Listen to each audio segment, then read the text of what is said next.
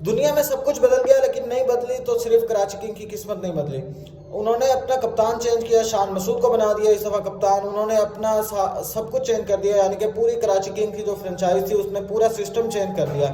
लेकिन उनकी किस्मत वहीं खड़ी थी और जिस तरह वो लगातार पिछले मैचेस हार रहे थे PSL 8 के, इस तरह PSL 9 का पहला मैच भी हार गए। बहुत ही शर्मनाक बात थी ये कराची किंग वालों के लिए, क्योंकि मुल्तान सुल्तान की टीम ने 185 का जब टारगेट दिया था तो ये कोई ज़्यादा टारगेट नहीं था।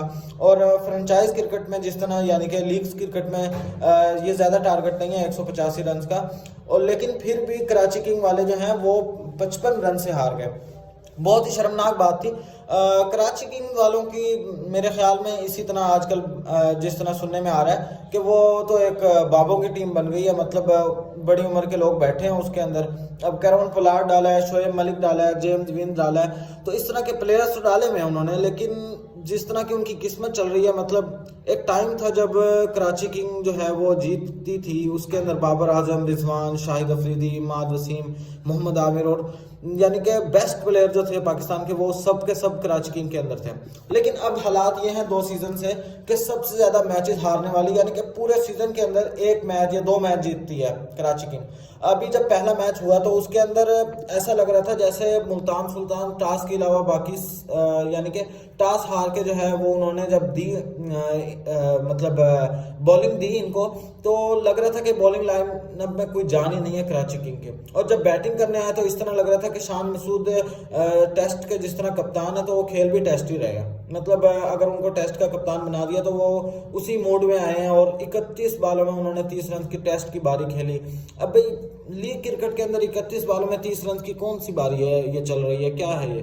कराची किंग ने सिर्फ परफॉर्म अगर किया है तो शोएब मलिक ने किया है, और वो भी लग रहा था कि वो परफॉर्म टीम के लिए नहीं कर रहा, बल्कि वो जो उनकी एक लेडी बैठी हुई थी सना जावेद ग्राउंड से बाहर, वो जैसे मुस्कुराती थी तो शोएब मलिक साहब जो है वो एक छक्का या एक चौका निकाल देते थे। मतलब वो भी टीम के लिए नहीं परफॉर्म कर रहे थे बल्कि वो भी किसी और के लिए परफॉर्म कर रहे थे। तो मतलब कराची किंग की टीम इतनी मतलब शर्मनाक अंदाज में हारी है, और इस तरह का मैच जो बिल्कुल यानी कि जीत सकते थे 185 का टारगेट पे, और वो मैच हारी है, और वो भी 55 स्कोरों से हारी है। ये एक शर्मनाक बात है। वैसे मतलब इन्होंने जो है वो ब्लेम करके कराची किंग्स की जो फ्रेंचाइज थी उसने पहले बाबर आजम को ब्लेम करके निकाला, फिर इमाद वसीम को ब्लेम करके निकाला, मोहम्मद रिजवान को ब्लेम करके निकाला था पहले, और इन सब को निकालने के बाद भी अब किस्मत तो फिर भी वही है। उसी तरह जो है वो मैच हार रही है कि कराची किंग पहला मैच उसी तरह हारी है मुल्तान सुल्तान से, और उसके बाद मुल्तान सुल्तान ने जिस तरह की परफॉर्मेंस दी है वो बहुत ही टॉप क्लास थी। दोस्तों मुल्तान सुल्तान हम हर साल यानी कि हर सीज़न में PSL के एक अच्छा बॉलर पाकिस्तान क्रिकेट टीम को जो है वो मुहैया कर रही है। जिस तरह का हम देख रहे हैं हर PSL के सीज़न के बाद एक अच्छा बॉलर मुल्तान सुल्तान निकालती है और पाकिस्तानी टीम को पेश करती है। मतलब मुल्तान सुल्तान के पास जितने प्लेयर हैं, जिस हिसाब के प्लेयर हैं, हम लगता नहीं है वो चैंपियन प्लेयर हैं, लेकिन जिस तरह की उनकी परफॉर्मेंसेज हैं वो बहुत ही टॉप क्लास है। कराची किंग की अगर हम बात करें तो जब मुल्तान के ग्राउंड में खेल रहे थे और मुल्तान जब टॉस हार गया और कराची किंग को जो है वो बॉलिंग करानी पड़ी, तो उसके अंदर जिस तरह की बॉलिंग वो करा रहे थे वैसे मोहम्मद रिजवान जो है वो पहली विकेट हो गई थी, लेकिन उसके बाद सिर्फ शोएब मलिक और मीर हमजा ने थोड़ी सी अच्छी बॉलिंग कराई, बाकी सब बॉलर पिटे हैं। मतलब हसन अली को स्कोर पड़ा 38 रन पड़े, और इसी तरह दूसरे जो फास्ट बॉलर थे उनको अच्छे भले स्कोर पड़े। हेनरिक्स और डेविड मलान ने इस तरह की पार्टनरशिप बिल्ड की और इतनी ज़बरदस्त किस्म की उन्होंने बैटिंग की कि कराची किंग वाले जो हैं उनकी जो पार्टनरशिप थी वो तोड़ नहीं सके, बल्कि उन्होंने पूरा मैच जो है वो बदल के रख दिया। आखिर में खुशदिल शाह ने जिस तरह के आके हिटिंग की तो उन्होंने मुल्तान को खुश कर दिया। एक दफ़ा मुल्तान के लोग उछलने लग गए। खुशदिल शाह को जिस तरह ब्लेम किया जाता है, क्रिटिसाइज़ किया जाता है, जिस तरह वो अच्छा नहीं खेलते, बहरहाल उन्होंने आके एक अच्छी बारी खेली, आखिर में 185 तक जो है वो स्कोर पहुँचा दिया अपनी टीम का।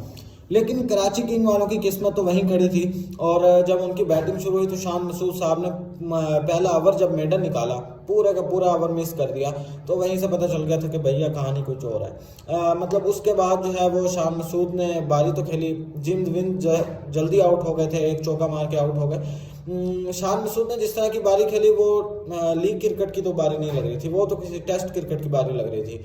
और उसके बाद कैरन पोलार्ड ने, शोएब मलिक जब आए हैं तो उन्होंने कुछ छक्के चौके दिखाए हैं, लेकिन उसके बाद जब वो आउट हुए उसके बाद कराची किंग वालों के लिए ये बहुत ज़्यादा शर्मनाक बात थी कि उनके 5 प्लेयर्स अंडे पे गए। मतलब आखिर के 4 प्लेयर जो थे उनके 0-0 रन थे।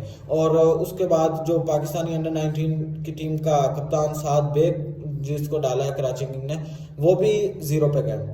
मोहम्मद नवाज जो थे उनकी ना बैटिंग चल सकी ना बॉलिंग चल सकी। उन्होंने 1 ओवर में 11 स्कोर मारे थे और उसके बाद बैटिंग में भी वो कुछ नहीं कर पाए, बल्कि बॉलिंग बीट करके मजीद टीम को प्रेशराइज करके जो है वो वापस पवेलियन लौट गए।